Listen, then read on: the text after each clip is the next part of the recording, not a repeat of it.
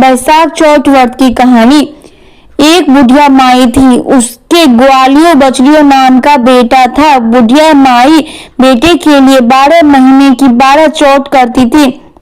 बेटा जंगल से लकड़ी लाता, दोनों माँ बेटे उनको बेचकर गुजारा करते थे। बुढ़िया माई रोजाना लकड़ियों में से 2 लकड़ी अलग रख लेती और उससे चौथ के दिन बेटा से छुपाकर बेचकर सामान लेकर आती। फिर माँ 5 चूरमा के पिंड बनाती, एक बेटे को खिलाती और एक खुद खाती और एक चौथ माता को चढ़ाती और 2 बांट देती थी।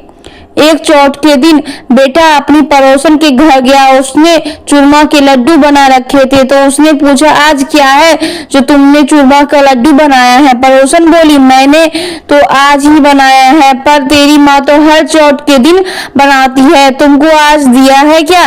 बेटा बोला, दिया तो है।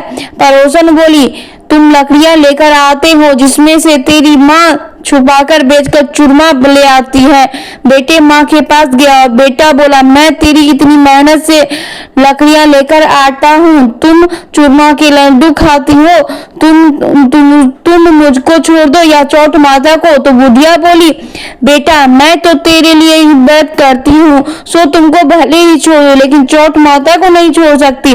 तब बेटा के ने घर छोड़ने का फैसला किया। तो माँ ने बोली कि तुम जा रहे हो तो लेकर मेरे हाथ से ये आखा लेकर जा, तेरे ऊपर जो भी संकट आएगा चौथ माता के नाम पर इन्हें पुआर देना, संकट दूर हो जाएगा। बेटे ने सोचा, मेरी माँ झूठ बात बोल रही है, लेकिन फिर माँ की बात रखने के लिए वह लेके गया।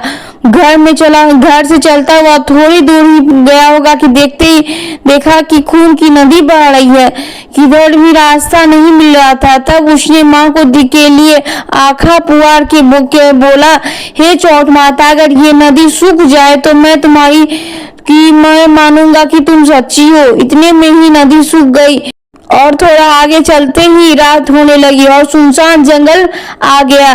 तब आखा पुकार कर कहने लगा, हे चौथ माता, मुझे रास्ता मिल जाए, नहीं तो मुझे जानवर खा जाएंगे। इतने में ही उसे रास्ता मिल गया। आगे एक राजा की नगरी थी।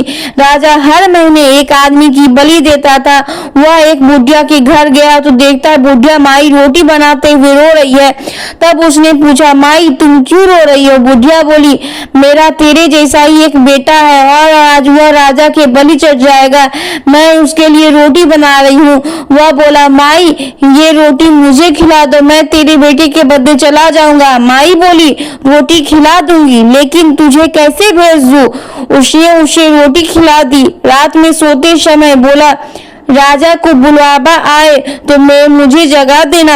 आधी रात में बुलावा आया। बुढ़िया माई सोचने लगी, पराए पुत्र को कैसी बलि चढ़ा दूं, पर इतने में ही वह जग गया और जाने लगा और बुढ़िया माई से बोला, मेरी पोटली और लाठी रखी है। बुढ़िया माई सोची कि आज तक ही कोई वापस नहीं आया, ये कैसे आएगा? राजा का आदमी उसे साथ लेकर चल दिया। वहां उसे कच्चे घड़े में पकने वाले कुंड आवा में चुन दिया। जब वह चुना जा रहा था तो उसने आखा पुकार कर कहा, हे चौथ माता, 2 संकट टाल दिए हैं तुमने और ये भी संकट टाल दो। इतने भी आवा पककर तैयार हो गया। 2-3 दिन में बाद ही आवा के पास बच्चे खेल रहे थे।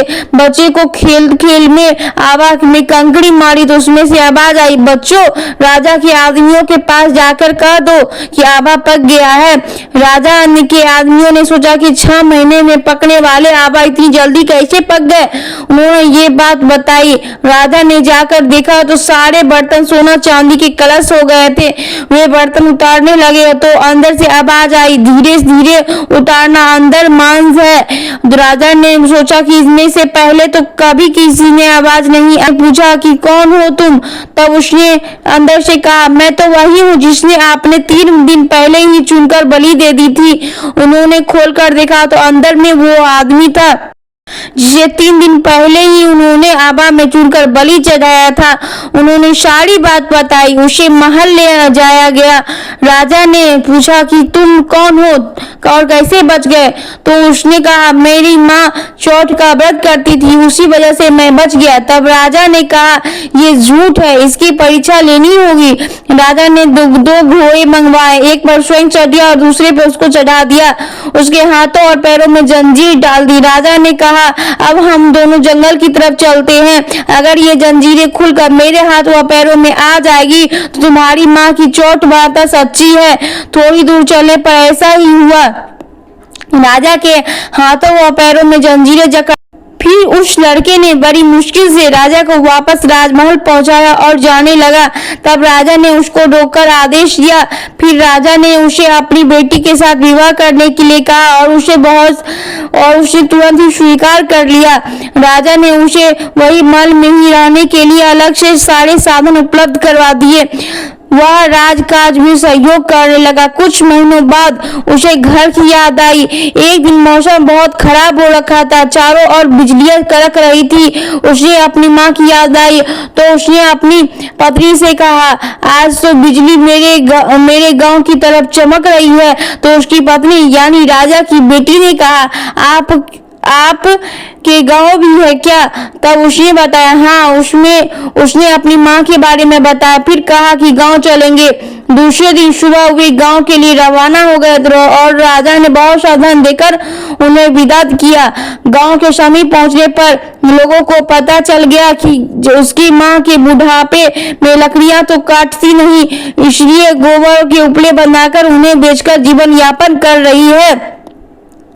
वह उपले बिनकर ला रही थी तो उसी पड़ोसन ने बताया कि बुढ़िया माई, तेरे बेटे बहू आ रहे हैं। तो उसने कहा, मेरे भाग में बेटे और बहू कहाँ? एक बेटा था जिसे तुमने भी लगा बुझा के निकाल दिया।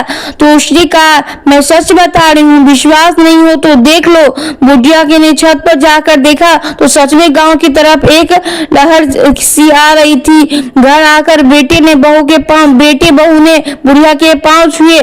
बेटी ने कहा, माँ, तेरी चौथ माता के प्रभाव से आज मैं जिंदा हूँ। उसी दिन उसने बूढ़े गांव में कहवा दिया कि कल मेरे यहाँ सामूहिक भोजन है। दूसरे दिन सबको भोजन कराने के बाद बहुत सारे उपहार देकर कहा, चौथ माता का व्रत करे। चौथ माता जैसे उस बुढ़िया माई और उसके बेटे का संकट से बचा है, वैसे ही सबको बचाएगी। बोलिए चौथ माता की जय। जय चौथ माता।